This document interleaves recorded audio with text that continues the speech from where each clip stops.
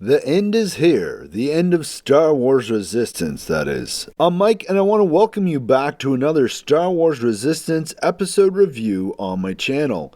After an exciting No Escape Part 1 last week, I was super happy to sit down and watch Part 2, especially after my buddy JJ messaged me saying that it was one of his favorite episodes of the season. The episode begins with General Hux' speech, and we see the destruction of Hosnian Prime yet again. At first I was a little annoyed at this, but the scene is so well done and so important to Kaz's development, I forgave the repetition. And I really loved the idea that Kaz and Tora are the ones to rescue Yeager and Captain Doza.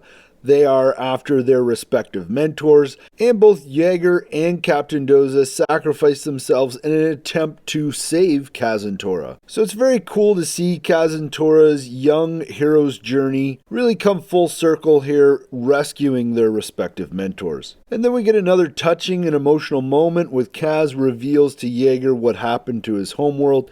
Yeager could have demanded more details about the situation, but it made sense to me that in his wisdom he did not. He did, after all, live through the Galactic Civil War and understands what's possible.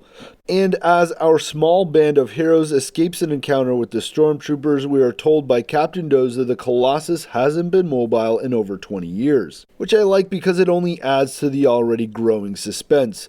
But at this point, we really don't know how our group of resistance fighters is going to get rid of the First Order once airborne. Which brings us to the next scene where Kel and Niku develop a plan to flush out the First Order using the water the Colossus has taken on.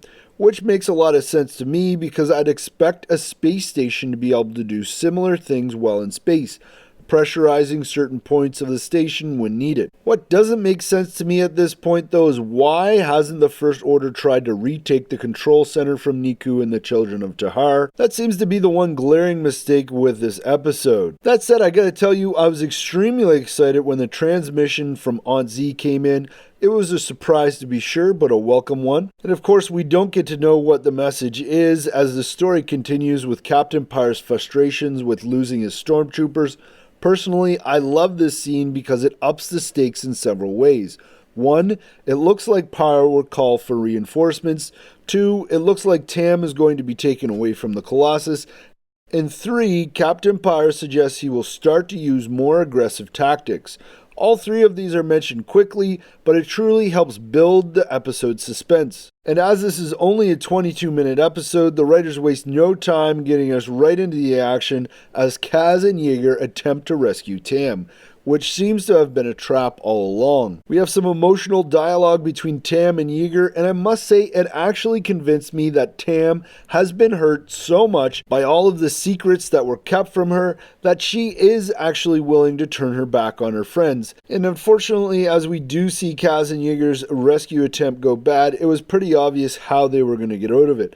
The launching of the Colossus into orbit was followed by some more examples of just how useless stormtroopers are, but wow, it sure was super cool to see the station taking off. And I must say, at this point, it seemed emotionally satisfying that Tam would leave, and I thought it actually made sense, though in previous episodes I wasn't totally sold on her leaving and turning her back on her friends. This episode definitely changed that for me. That said, the great pace of this episode continues with Kaz and friends being rescued by Aunt Z and Hype Phazon, allowing them and the Aces to take to the sky and fight off an aerial attack from the First Order. But even with Hype Phazon back and the Aces unleashed, the odds aren't really against the First Order until Sanera and the pirates return to take their revenge. Or at least I thought things had tipped against the First Order, because I don't know about you, but I was surprised as hell to see a Star Destroyer showing up. And of course, the only way our heroes can deal with a Star Destroyer is by running from it. This season finale certainly had some similarities to the launch at the end of Star Wars Rebels,